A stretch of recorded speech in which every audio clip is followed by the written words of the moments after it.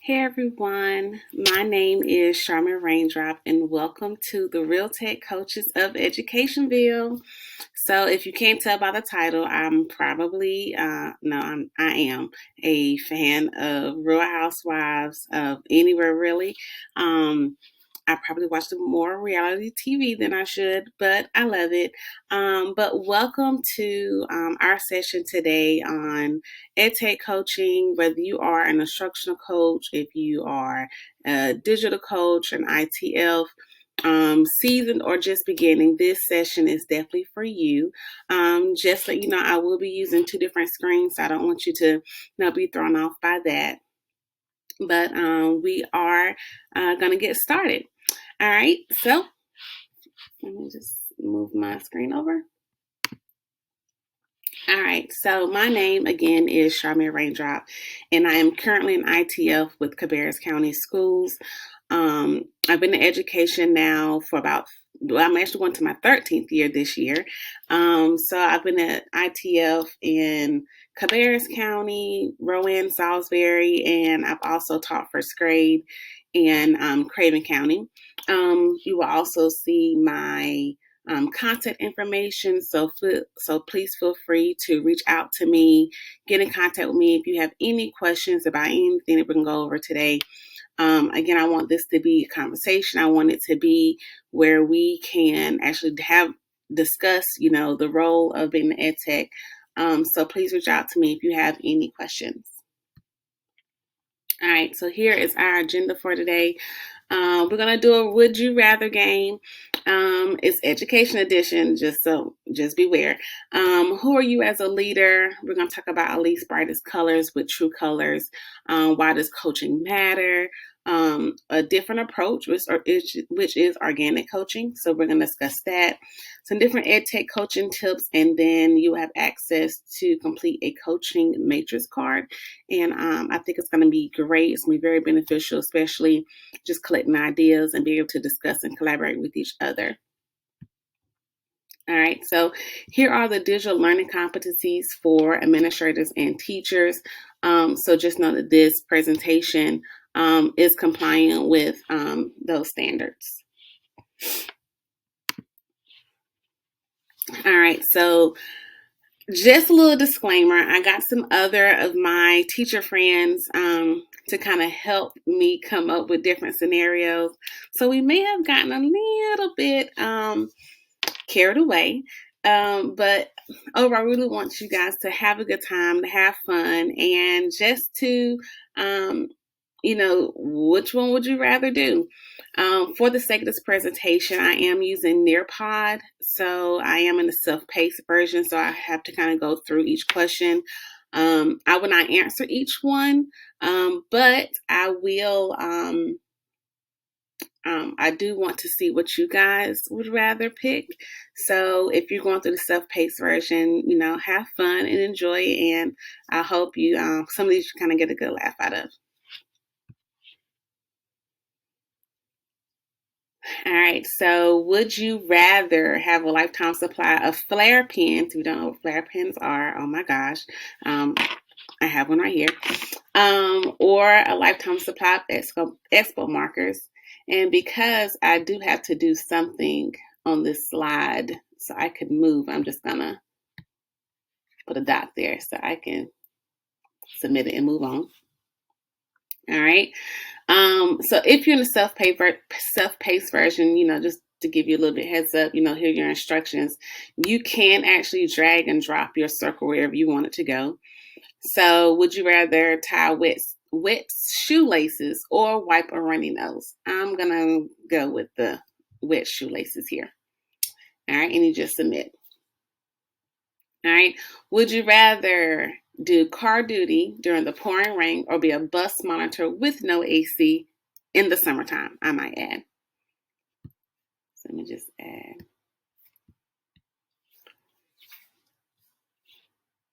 All right. Would you rather have the student that refuses to refuses to do any work all day, or the one that knows it all. And let's be honest, we've seen them both. Okay. All right. Would you rather have an open coffee bar or an open bar in the faculty lounge? I'm not going to put my answer up there. All right. Would you rather have no internet at school? We've always been there. We get to school, we have all this stuff planned, and then something happens and the internet goes out. Never fails. Or would you rather have canceled encore classes? All right. Would you rather administer an EOG or be a bathroom runner during testing? All right. Would you rather use the student bathroom or hold it for another period to get to the faculty bathroom? Would you rather have year-round school or a 4-day work week? I'm probably going to pick 4-day work week. If my work day, not necessarily off, but if my extra day is on a Friday. All right. And would you rather influence hundreds of lives or be stuck behind an office desk all day? So hopefully you have chosen influence hundreds of lives. And I just want to say, stay amazing. I know that, education, has had its challenges in the last few years, but please just stay the course and know that, you have a ton of people here to help you, support you, and willing to push you into greatness. So, I hope you have enjoyed the Would You Rather. Just to let you know, these were inspired by true events. So, again, I hope you had fun with it, and we're going to move right along. All right. So this is a video, and it was talking about leadership. And I'm not going to play it just for the sake of the video. Please look at it. But in it just talks about, leaders and how leaders actually get started. And in the video, you kind of see him dancing, and then, you kind of see some people come over and some more people come over on top of that. And so it's just, just realizing that sometimes when we are doing the things that we do in the classrooms, being the coaches that we are, sometimes we end up standing on our own. Sometimes we're there kind of by ourselves. But, our followers will come. So keep at it. I know sometimes it can be a little daunting at first because, sometimes you're the only one in your building doing what you're doing. But just keep at it and know that, when you make it easy, make it fun, when you build relationships with people, the followers will come, and then you will have the people that you need around you to, to really make the difference that you want to make. So please look at the video. It's only about 3 minutes. I'm kind of skip through it.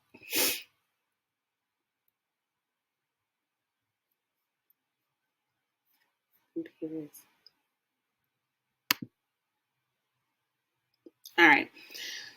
So, understanding ourselves, myself better to really serve others, and to gain those followers.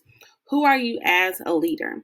Okay, so again, just like in the video, sometimes we have to be willing to stand up and to stand out sometimes, and sometimes we may be the only ones at first, but the better we understand each other, the better that we can value others' opinions. Those are ways that we can increase our followers.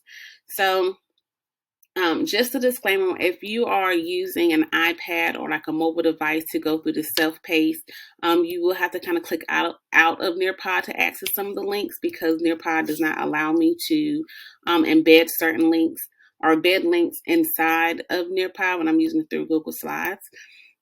So if you're using a laptop or computer or a browser based, you'll be fine. You can click through the links, but I just want to throw that before we really get too deep into our lesson. All right, so we have an activity here in Nearpod where, you just want to look at the pictures. If you do not know what True Colors is, it's a personality test. There are tons of them online. I just particularly am very fond of True Colors and how they explain everything. So within this slide here, you're just going to look at the pictures, and then you're going to use these numbers here to kind of order them to which one is most like you and which one is least like you. And then, so number one is obviously going to be the one that is most like you. And then the four is going to be which one that is most like you. I think I said that right. One, least like you. Four, most like you. All right.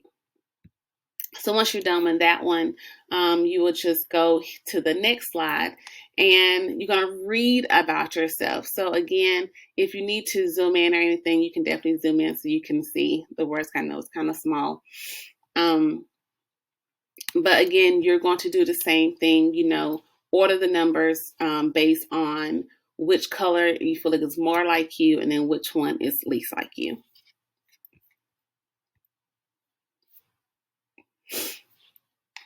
And then here, you are going to actually take the True Colors assessment. You can use any of these tools at the bottom to really, to fill out the form. So the instructions are here. So again, you want to describe yourself, working one row at a time, going across. Rank each word group in the boxes using 4 for the group that's most like you down to a 1 for the word group that's least like you. So I will label them 4, 3, 2, 1, or, depending on, how you want to rank yourself. Once you're done, you will tally up your score, and you can use any of these drawing tools to kind of fill it out.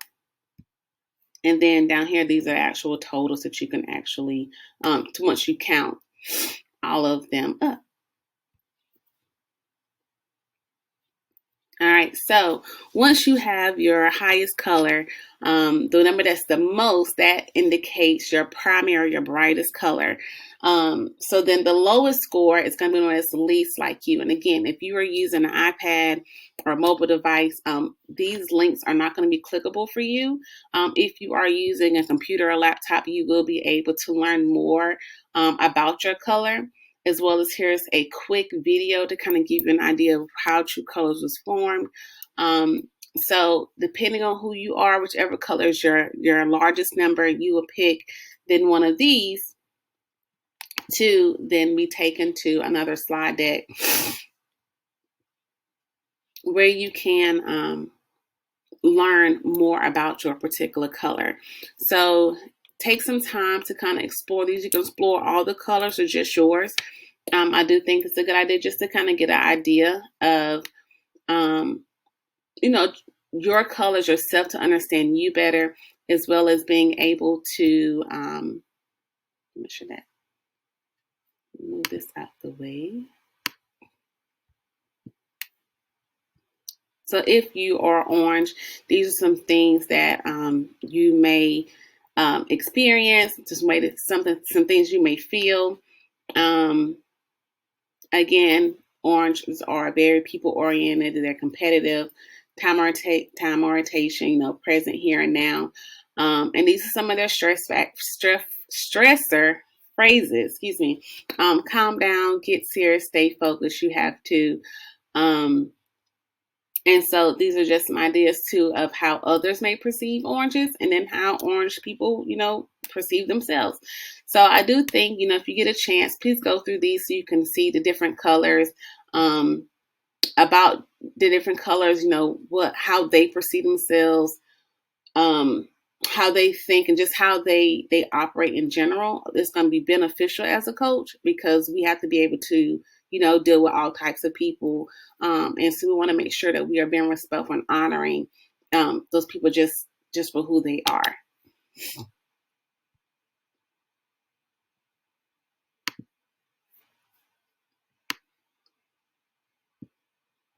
All right.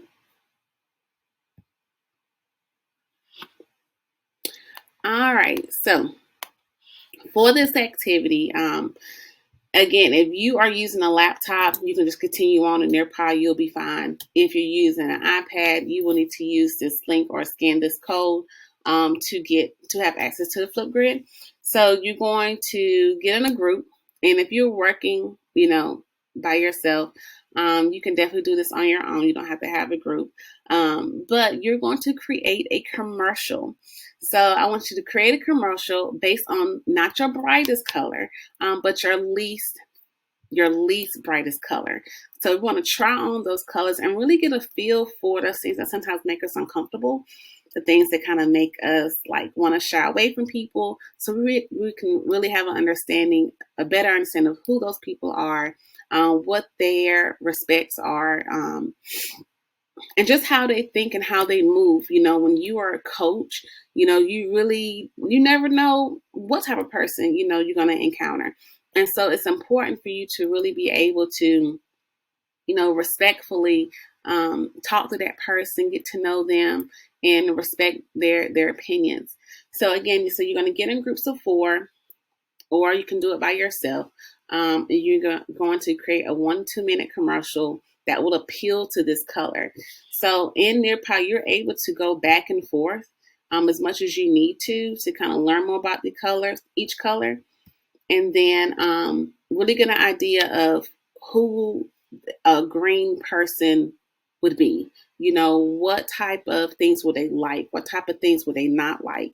So if I am someone that is making a commercial for someone that's orange, I would not have a lot of strict, restrictive type things in my video or my commercial, because that's not who oranges are. They're very free spirited sometimes.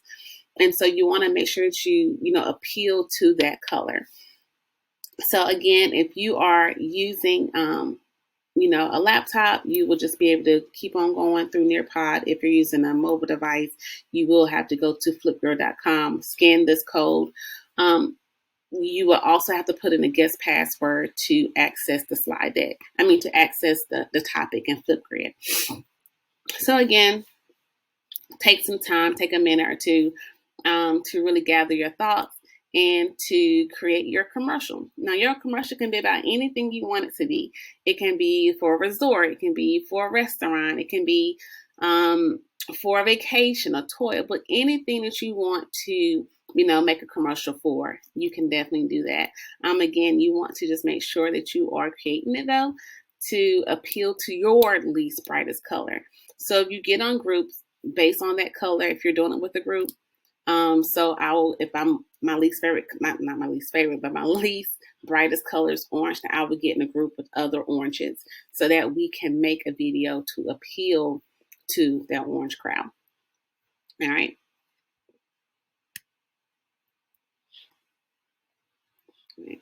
So again, if you are in Flipgrid or in the Nearpod, it's going to take you directly to Flipgrid, where you can then choose to add your response. Again, we want to be very respectful of everyone. Be creative. The goal is to strengthen your least brightest color. So you definitely want to make sure that you're really looking at the strengths of that orange. Looking at how those sometimes things that we may not appreciate as much, how can we appreciate those things more? And when you're done, you just want to submit. It is moderated, so I have to approve it first. But I'm sure you guys will make some creative and great videos. The time limit is about 3 minutes, so you don't get no more than 3 minutes to make your video. All right, so let's talk about it a little bit. So I'm curious to know, what did you get from this experience? Was it hard to try on those colors, especially those least brightest colors? To me, it's like right with my left hand. It can be uncomfortable, especially when I'm used to doing things my way with my right hand. So we all have 4 colors in us, and at some point, it's the blend of those colors that make us all special, that make us all unique. So it's because of our differences that, that we need to really respect each other's opinions and their point of view. When you're coaching teachers, you have to be able to understand how to deal with people and how to make sure that, when you're coaching teachers, you're able to bring out the best colors in everyone. We're not going to always agree on everything. We're not going to always see eye to eye or see, value, but not necessarily value, but, we're not going to always see, things the way that they see them, because we're all human. We're all different. So you want to make sure that when you're with your with your teachers, whoever you're coaching, that you try to create experiences that will play to those strengths. Again, what my strengths are may not be your strengths. And if I'm a gold, my strengths are going to be very different from what an orange would be. So it's hard to connect with me, I'm a strong blue and a strong gold. I mean, I'm tied, both of them, same number. So when I pass you in the hallway and you never speak to me, my blue side, I value relationships. So my blue side is feeling some type of way now because I'm thinking, well, gosh, I work with this person every day and they can't speak to me. That'll make me feel some type of way. So if you're a coach and you're displaying that, I might not be as willing to want to be coached by you. Or it may be difficult to trust you when, I come to a PD that you have and, the meetings aren't organized or, people are talking over everybody. My gold will shut down. And I was like, I need a little bit more structure in this. I'm a little bit more rigid in some of those areas. And so those are things you have to take into consideration when you are, coaching people, to think about, their colors and what are their strengths and what are their weaknesses and what stresses them out. If you come to me and say last minute, we need to change all this stuff after I've put in the time and the effort to make it right, in my opinion, that's going to stress me out. Okay. So, we have to value each other's colors. It's important to value, what they bring to the table, what their strengths are, their weaknesses, and all those things, because that's what makes them who they are. All right. And so we have to, again, look at some of those strengths as how they can be weaknesses and really be able to play those strengths to really have successful coaching sessions with our teachers. All right. So for this portion here, so now we have a better understanding of who we are as leaders. It's important to know too about the role itself and why coaching really matters. So whether if you're a tech coach or if you're an instructional coach, what we do matters and it's important. So a technology coach or even instructional coach, we're not just people who just, find resources for people or find resources for teachers. Is someone who teaches educators how to transform their pedagogy and incorporate 21st century skills to using technology integration as the vehicle. So we are the change agents that really help teachers to move their instructional practices, in order to improve student performance. Our coaching and mentoring the teachers in our building, that's what motivates that shift inside the classroom. So here we have a graph from Joyce and Showers, and it illustrates the importance of instructional coaching. So this data shows that when a teacher is, learning a PD session or attending a PD session that focuses on just research and theory, it says only 5% of personal mastery is gained. And then only 5% of those skills are transferred back into the classroom. And now when you add research theory and then add demonstrations, personal mastery has increased up to 10 to 20%, but still only 5% is only going back, or those skills are transferring back into the classroom. And here on this bar here, you see now you have research and theory, demonstration, now you added practice. So personal mastery has increased up to 80 to 90%. But now take a look at the skills into the classroom. We're still only at about 5 to 10% of those skills being transferred back into the classroom. So now we have all the pieces. We have research and theory, demonstrations, practice, and coaching and mentoring. Okay. Now it has gone up to 90% in personal mastery and then 80 to 90% in skills being transferred back in the classroom. That is what we want to see. That is what we want our teachers to be able to be.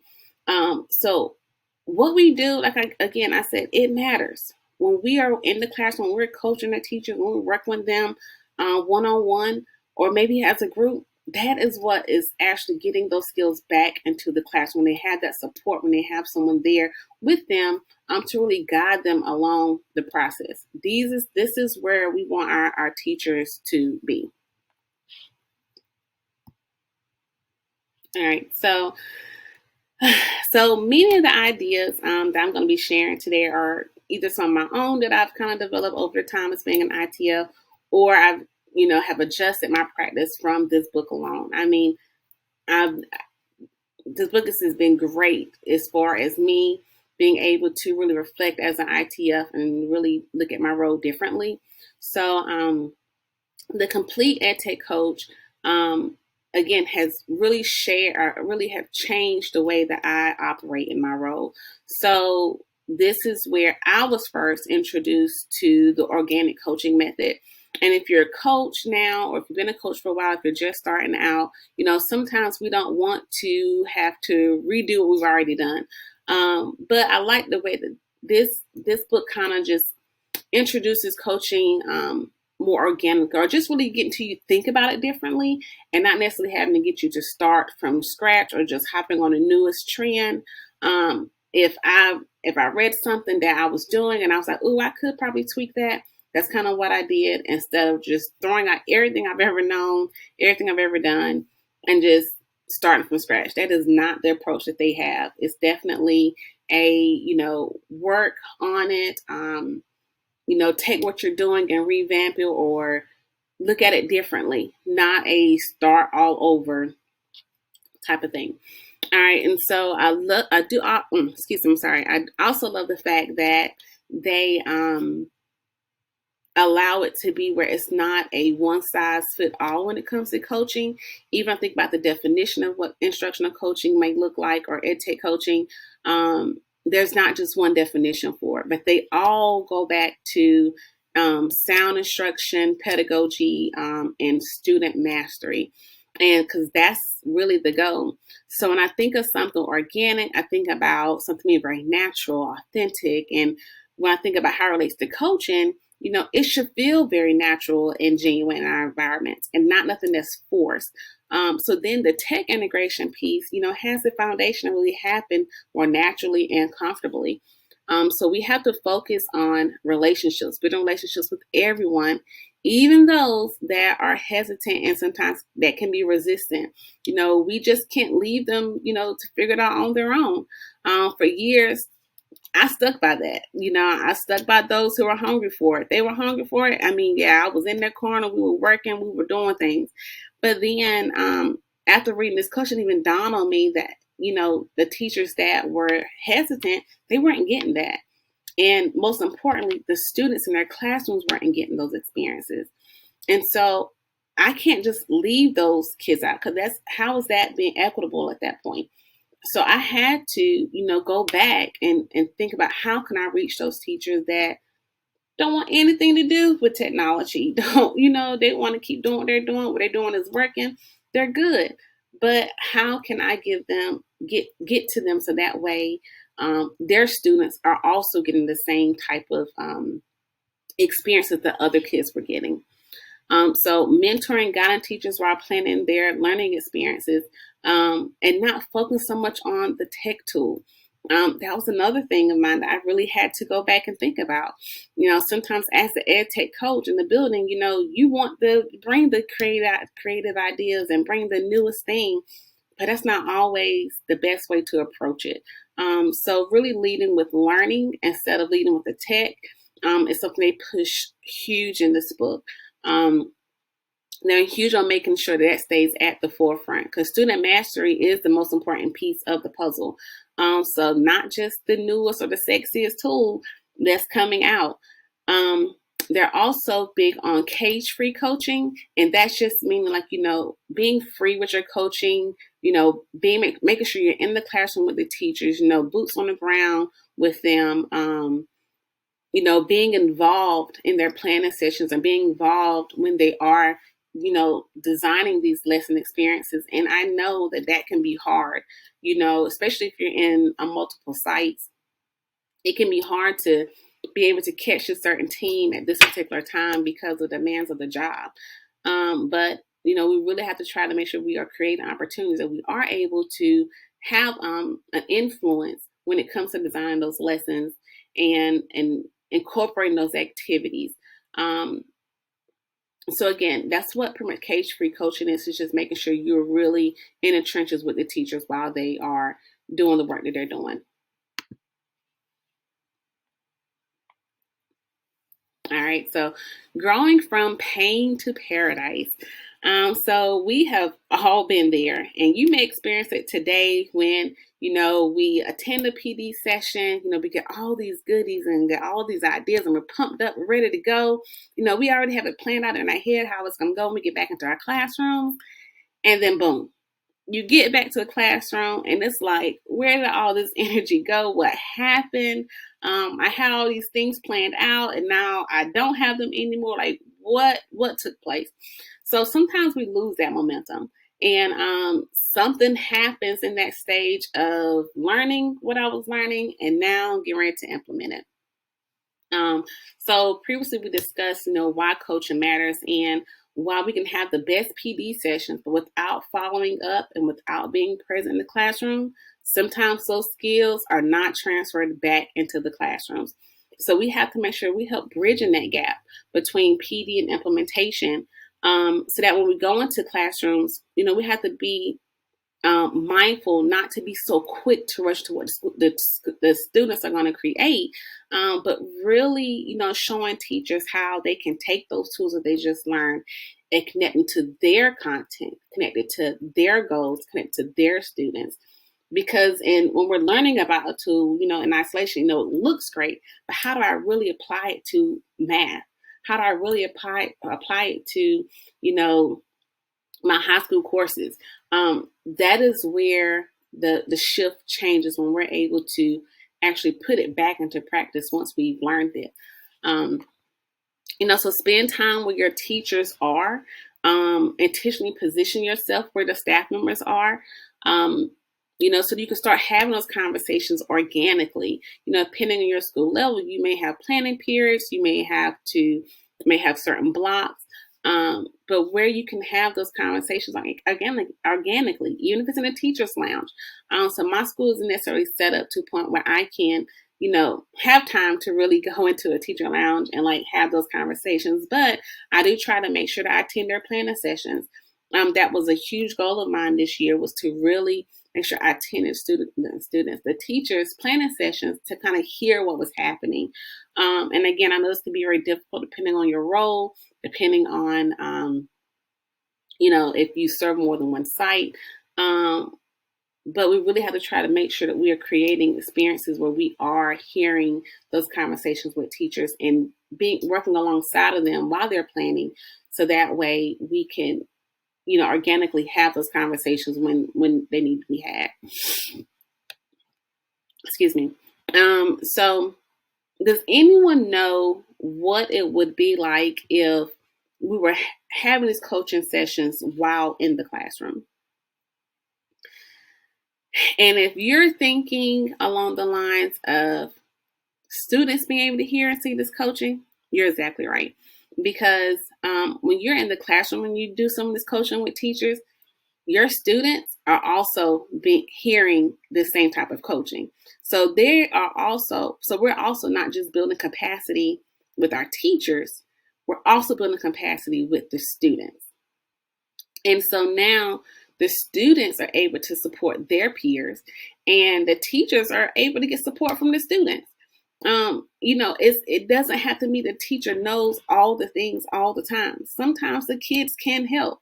And if you think about it, I'm in elementary, and I can go in any classroom at a certain time of the year, and if there's a sub in there, those kids know how to do it all. They know how to, turn on AirPlay, how to plug up the HDMI cord, where it goes. And they might not understand the language to use, but they know how to do it. They know if you put this in here, it's supposed to come on. And they can show the subs that. That's building capacity within them. So don't feel like, that your teachers have to know all the things and the work to use a specific tool in their classroom. No, they don't have to, because they have peer support of other teachers and of the students that are in their class. So they don't have to, remember all the things all the time. Have an EdTech coaching vehicle. I didn't necessarily ever know this is what it was called. So an EdTech coaching vehicle can really be a virtual or physical space that organizes the work that you've done as a result of the coaching. So it's supposed to be able to inspire and empower teachers to improve their practices. Having an EdTech coaching vehicle can take time to develop. You may develop something and see something else and then revamp it. It doesn't have to all look the same or all be one type of thing.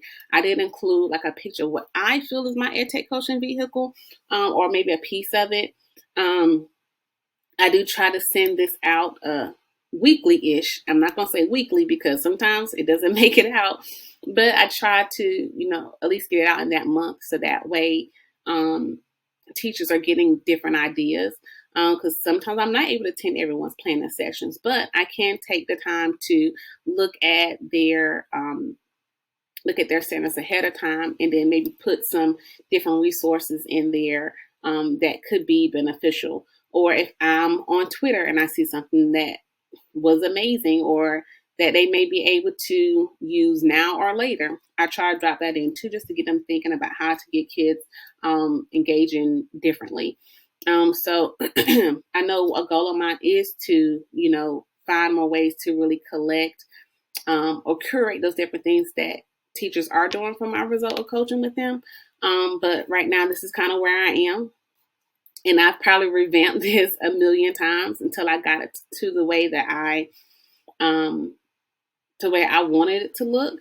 And I took, feedback from teachers. I want to make sure that it was easy for them to read. I want to make sure it was attractive to them.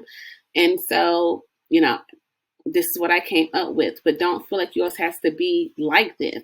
It can definitely be whatever you want it to be, whatever fits the needs of your staff, your teachers, and your school. So if you click on the link, you definitely will be taken to, like I made it inside of Canva. So you'll be taken there and you can kind of see the ones that I've done for this year. But again, I've seen many, many, many different forms of how this could look. So you just have to make sure you make it work for your school and work for you.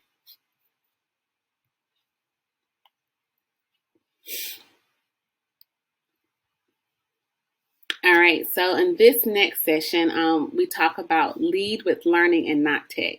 This was huge for me because you have to be able to, realize it's not always about the technology. Okay, so, and again, this one can be tricky depending on your role and the time that you have available to really spend with teachers, because we all have different expectations in our building. So again, our roles look very different. So attending teachers planning may not be the way that you meet with your teachers, but if you can't, try to consider times that you can may have office hours so that, they can meet with you virtually. I was very fortunate this year to be able to make this a priority and attend those grade level planning sessions. And I feel like it really helped me grow a lot as a coach. I think when you first start a role, you're just trying to, figure out what you're doing and where to really go. And so this year, I feel like I was able to really fine tune those instructional pieces that I had, and to really let them see me in a different light, in a different role.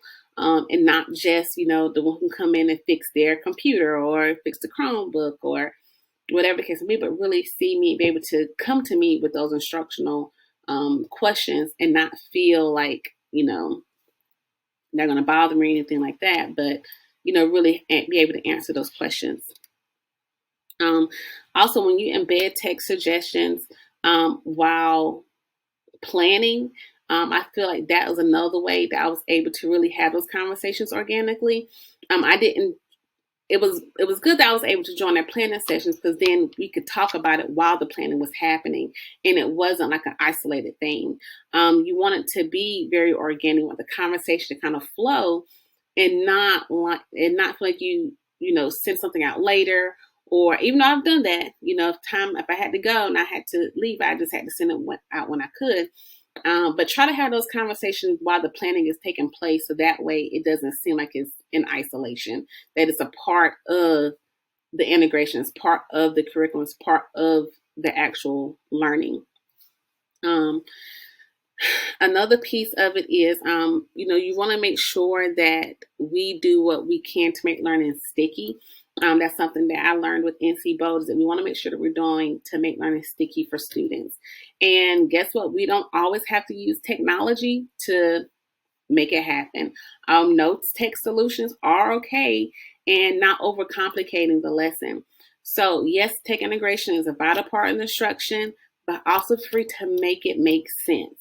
Remember, it's learning first. The standards, the student mastery is first. So when we prepare, when we wanted to prepare students for the real world and real world experiences, we've been in meetings before where we need to collaborate with each other and brain dump or brainstorm. And sometimes we just need to use Post-its and a dry erase board to get the job done. And that is okay because the 4Cs and all those things were still happening. We're still being creative. We're still collaborating with each other. We're still using critical thinking skills, being creative. All those things are happening, but it didn't have to necessarily be used with technology. So we still have to be able to teach them those skills. And it's okay if it's not always on the computer or always using something digital. If it makes sense to use a Post-it note, then to try to use a Google Jamboard, use a Post-it note. I always tell my teachers, don't just use technology for the sake of using technology. Do what makes sense. Make it intentional if you're going to integrate technology and make it have a purpose, but it doesn't always have to be technology all the time. You really can incorporate some of those other skills that companies are going to be looking for with, as they hire students. So excuse me. Having a common or shared language when discussing ed tech, I think is great. So when you have a framework in place, you can easily refer to it. And again, you want to be something that's organic. You don't want to feel like another mandate. There are many instructional technology frameworks out there.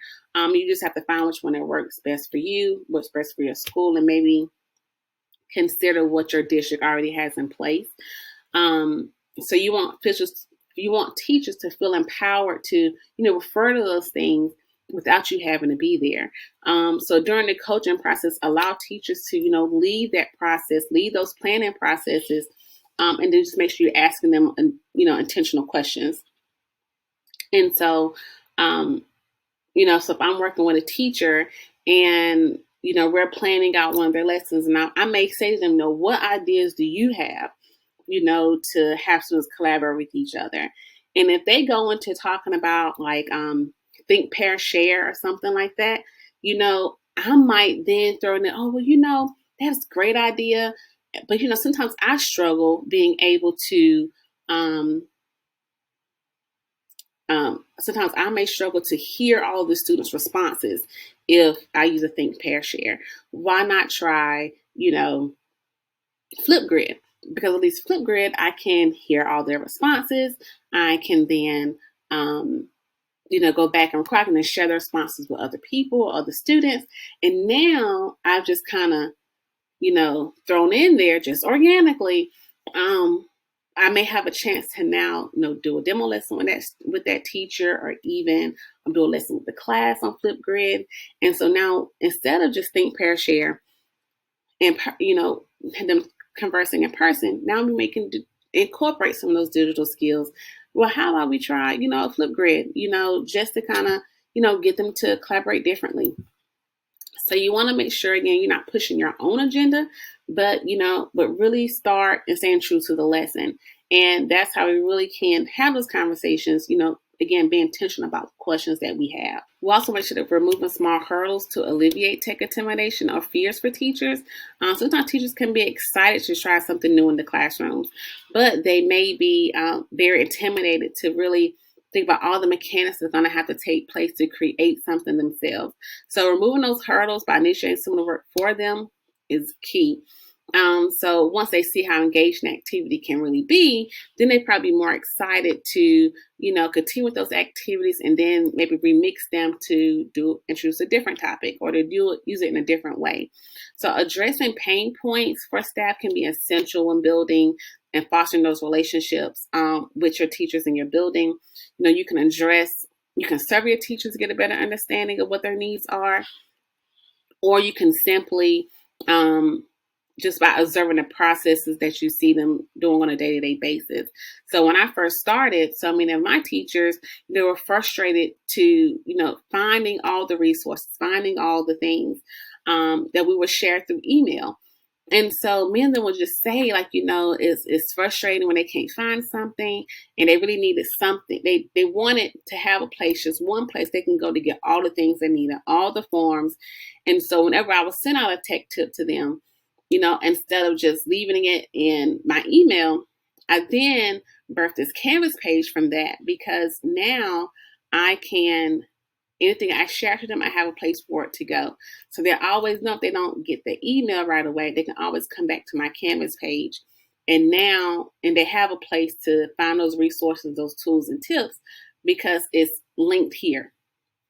Okay, so again, you want to just alleviate those pain points for them, and in those small hurdles, because that was something easy for me to make, but it was also less on them to have to try to go through the different resources to find the different resources, trying to find those tools or whatever it is that I sent to them. We also have to be mindful about how we address instructional shifts. One of the first projects my principal wanted to do when I first started my school was to remove the classroom printers and only go to the copiers. And I just want to make sure that if that was a change that I want to make sure that they knew, they were comfortable with going to just copiers instead of the individual printers, because again, that's a convenience thing. And when you start messing with people's convenience, it can be kind of hairy there. So I want to make sure they were comfortable. I want to make sure they understood, what those expectations were, what did it look like. And I also want to give them the why behind it, because I think that's important for teachers to know, like, why are we doing this? Why does this make sense? Well, it's costing schools money that we really can use that money for somewhere else. Oh, that makes sense. Very good. So you just want to make sure that, those shifts that you're making with teachers, whether it's instructional or something in the building, you don't just bum rush right into that. You want to make sure you go slow, build those relationships, and pilot those changes slowly, so that way, they feel confident, understand why, and now that they have that confidence to know, like, oh, well, we're going to copiers, no biggie. I already know I can go here to find out what's going on or what I need to do differently. So I'm good.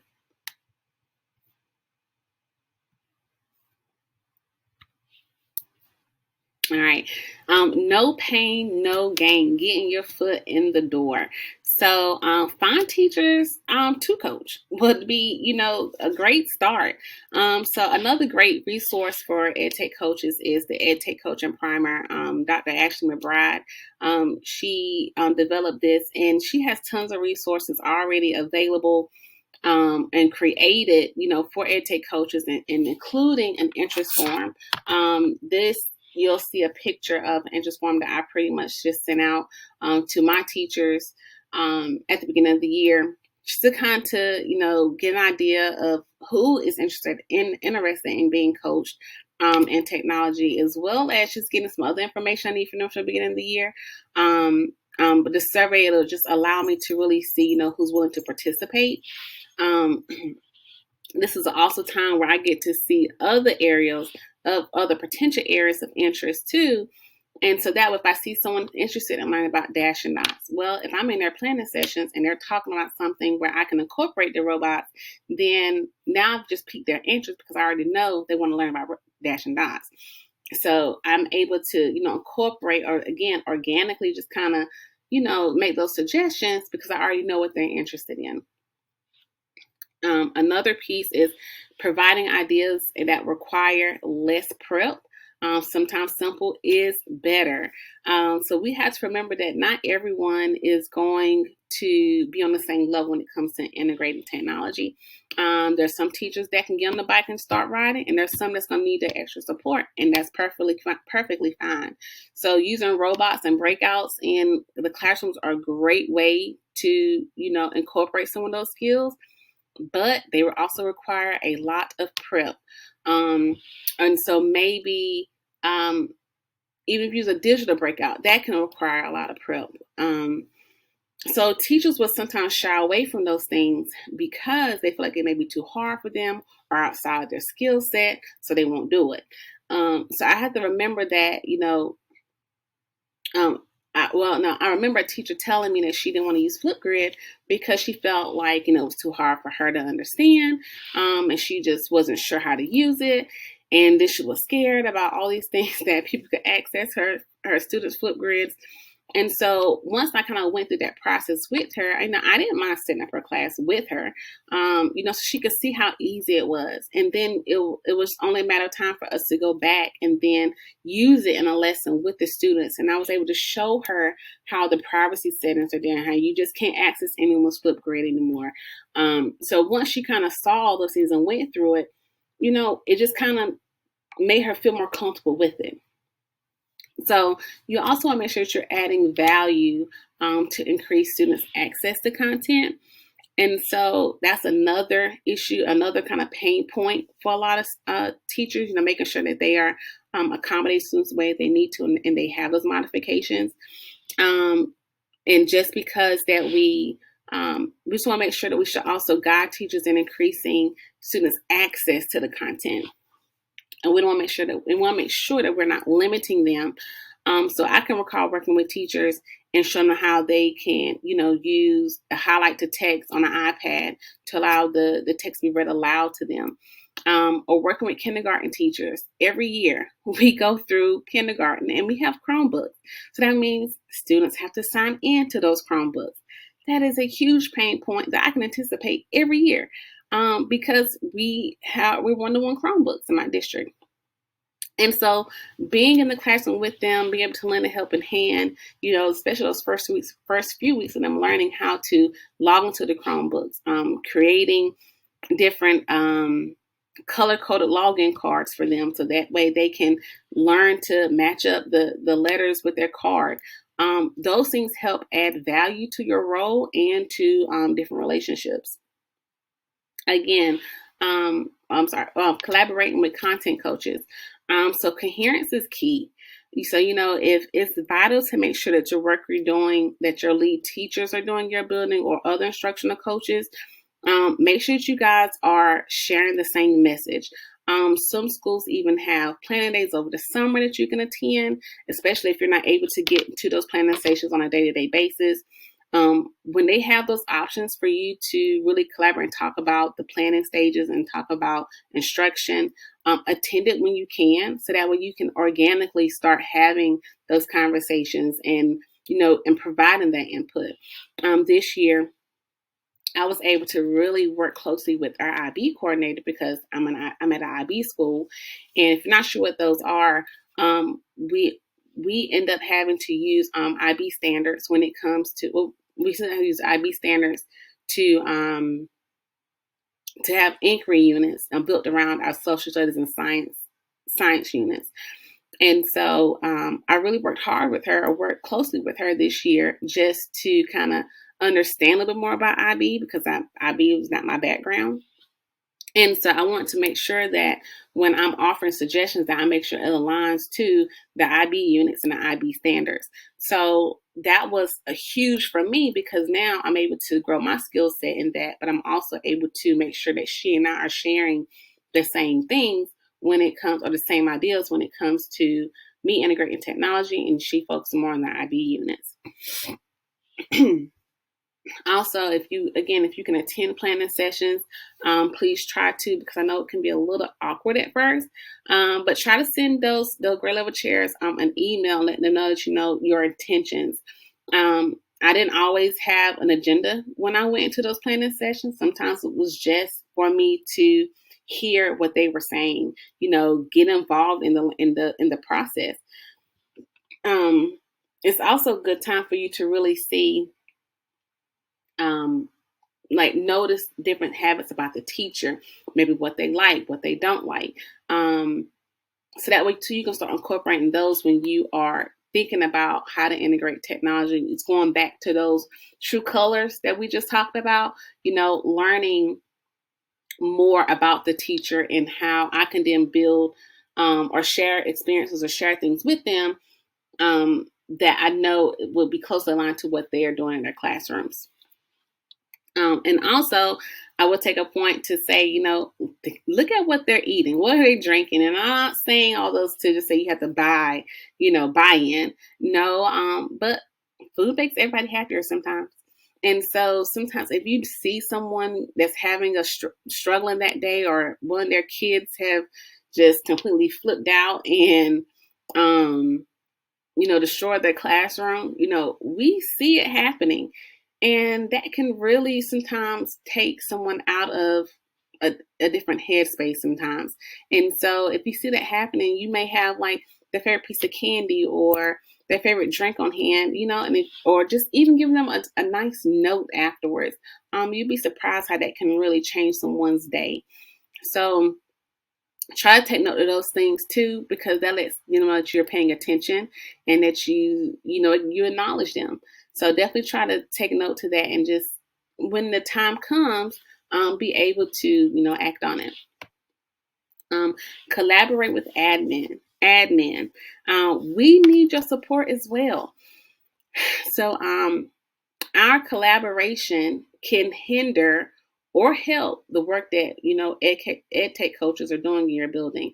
When we work together to solve problems, we are all winning. So you can set the tone for innovation. And when teachers are seeing admin using these tools and using them creatively, they become inspired to use them too. We also have to, when you're modeling, being a risk taker and doing something different, they start to feel like, oh, well, I saw my principal doing this, so maybe now it's not so bad. I've experienced them in a staff meeting.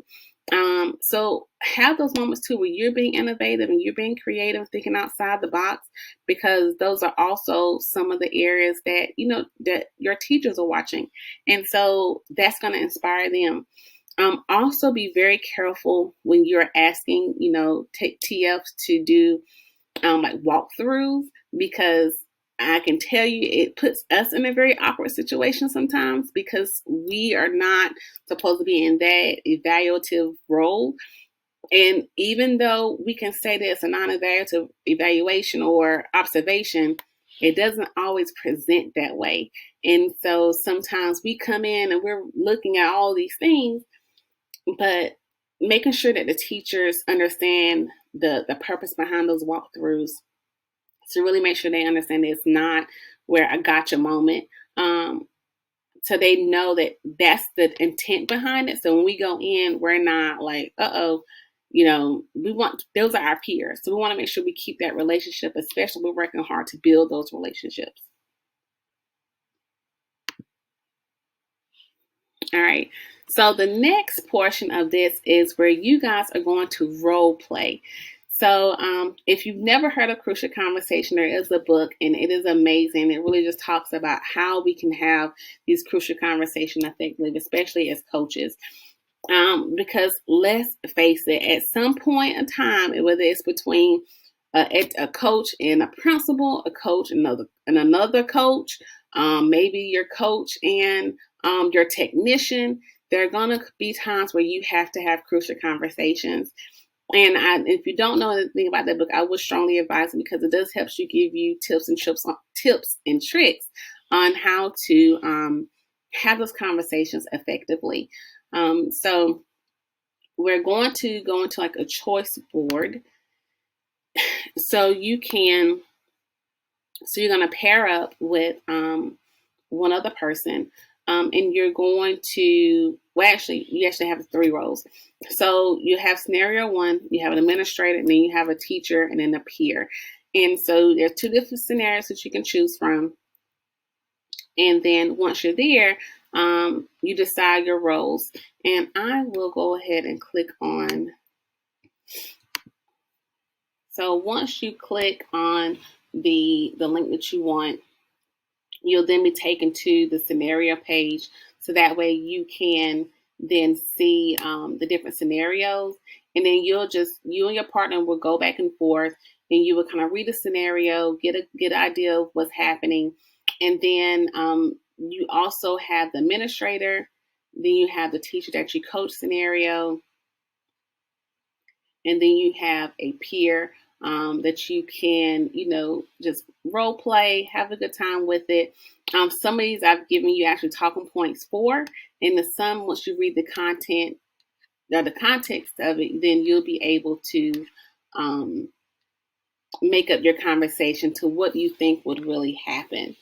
And so if you go back here once you're done, and you can repeat it as much as you want to, as often as you want to. You can go through all three rows if time permits. You definitely go through all three rows, but you want to make sure you're pairing it with someone that is not the same color as you. So pair with the opposite color, and then go into your scenario. So you should only have about 3 people, probably no more than 3. But if you need to have more than 3, that's fine. But go through the different scenarios and really have those conversations to see what it can feel like. And then once you're done, there is a debriefing chart for each scenario that you can click on. And then you will just then debrief with your group about going through different things and how did it make you feel? What was that conversation like? What did you learn? What are some things that helped you shift from safety and dialogue? So go through those different pieces and just be able to have those conversations.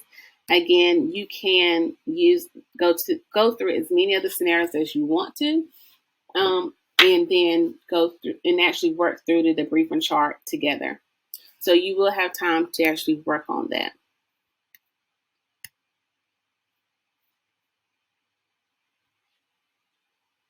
All right. So thriving on the job.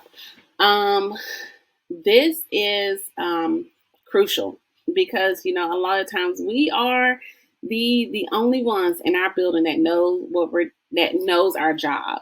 And so when you're there, find an ally, and especially when you're feeling isolated, because we all need someone. And majority of the time, again, we're the only ones in our building that can do our job. So it's not as easy to just go to another person on our team and, be able to address certain frustrations or collaborate as easy because we don't have anyone else that's doing the same job that we're doing in our building. So when you find a person that you can really connect with and collaborate with, stick beside them. I'm so thankful for the people that I've been able to collaborate with. My media coordinator is one of them. Also, the IB coordinator, because we're all kind of singletons in a sense. We all connect and we're able to, have conversations and have a team, and it helps. It really does help. Because just going back to my own true colors, again, I'm a blue, so relationships matter to me. So when I'm not able to, connect with someone and talk to them about something, I start feeling, oh man, some type of way. So again, realize, who you are and what you need in this role, and then also being able to team up with someone in your building, and you guys stick together. Being a walking coach, it's doing exactly what it's saying, walking around your building, being seen.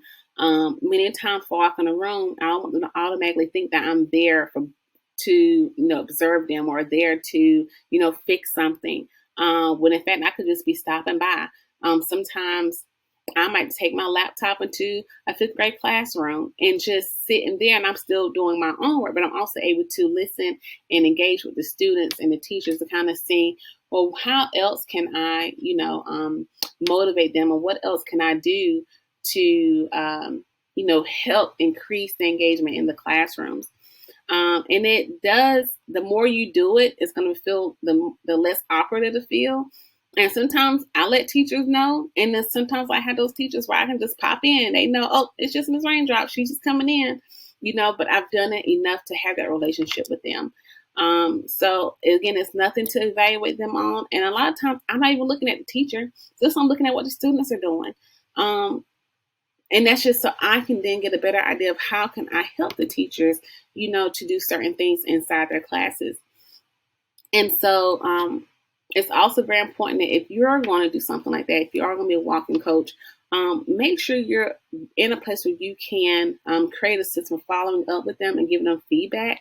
Because I think to me, when I was in the classroom, it would feel like, oh man, she's coming in here, but I'm never hearing, anything on what she's saying or what she's doing.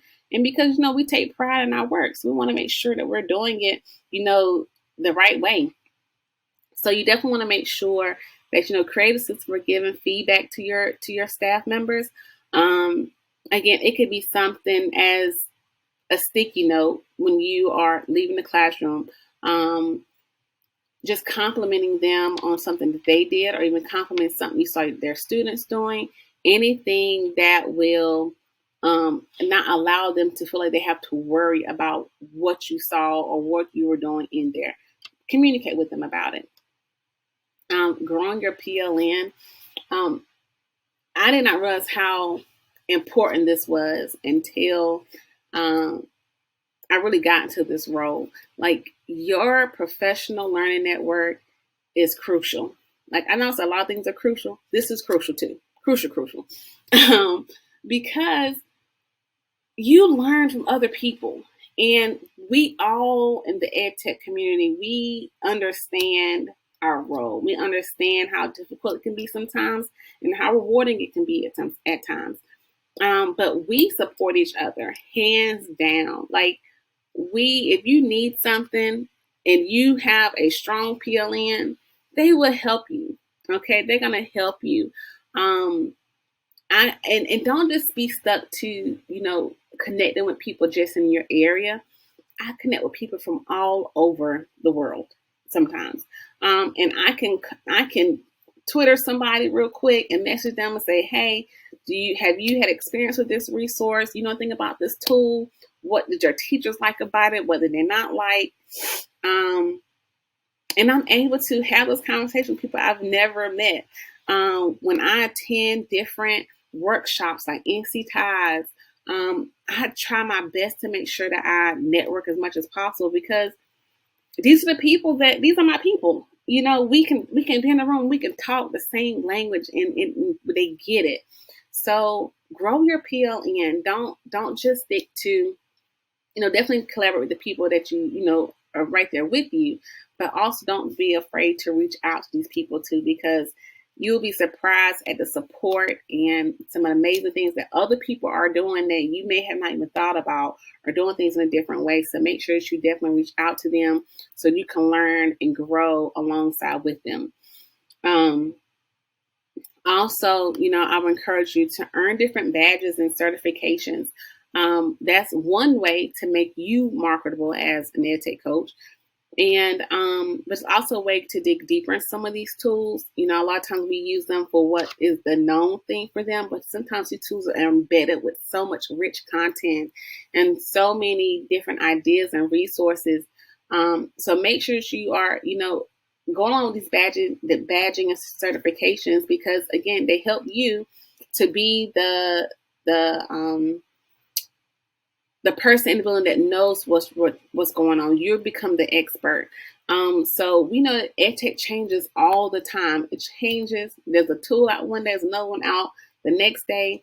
So we have to be abreast of those things and know what those things are. Because it's constantly evolving, it's constantly changing, and you want to make sure that when something comes up, you can definitely, have experience with it, so that if your teacher asks you about it, then you also be able to better learn and serve with them. I also encourage your staff. Encourage your staff to get those same certifications and those badges.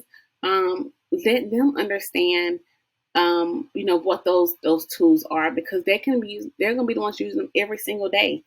And so it just kind of takes some of that pressure off of the tech coach in the building, honestly, because now I don't have to know all the things. And I can rely on some of them to be a part of my PLN now. So that way I can learn from them. Students show me stuff all the time. I'm like, how did you get to that? And they're like, oh, I just clicked this, and this. And I'm like, I would have never known it had they had not shown me that. So don't be afraid to, relinquish some of that control and allow, and encourage your teachers to also get those same type of certifications. All right, so this is the last activity that we're going to do. And this is your coaching matrix card. And so for each word or each letter in the word coach, you have collect, organize, accomplish, create, and help. So what you're going to do, if you have the digital copy, I'll show you what that looks like because I've added some resources to that as well.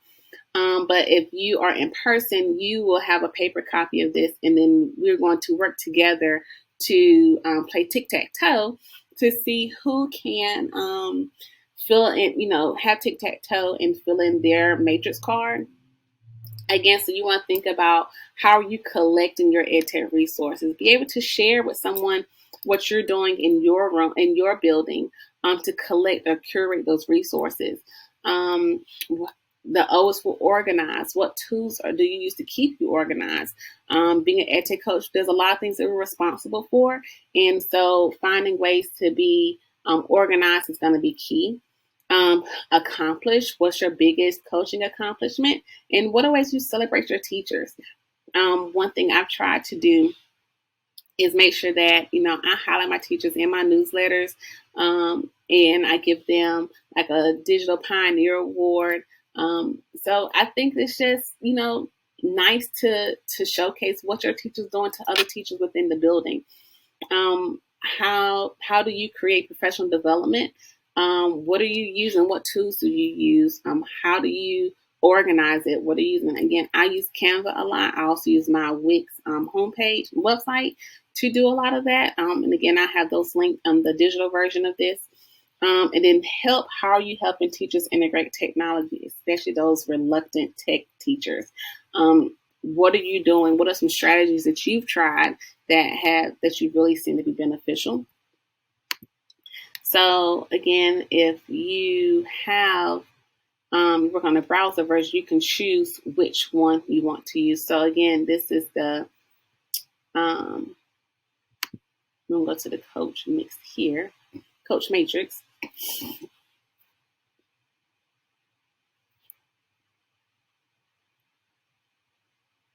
Okay, and so I've already kind of filled in some of the boxes already with different ideas that I have used. Myself and Allison Griffin, we created this before, and so I've added some different tools to it that I think are beneficial, that I've kind of come across recently.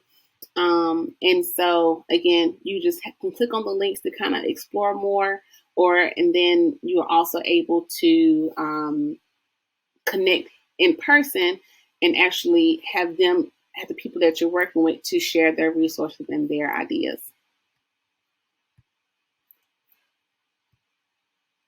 All right. So thank you. I know that this was a lot to go through. Again, I cannot tell you how much I appreciate you guys for just sticking with me during this presentation. I hope that you have learned something. I hope that there's something here that you have been able to, that's been able to spark your minds and just be able to take back into your roles, into your buildings, or maybe back to other coaches that you work with. So again, if you need anything, if you're curious about anything, if you need access to a resource or anything like that, this is my contact information. Please feel free to email me, reach out to me on Twitter, my website, do anything that you need to do to get in touch with me. Please let me know, and I'll be glad to help you. So again, thank you. I appreciate your time, and I hope you guys have a great day.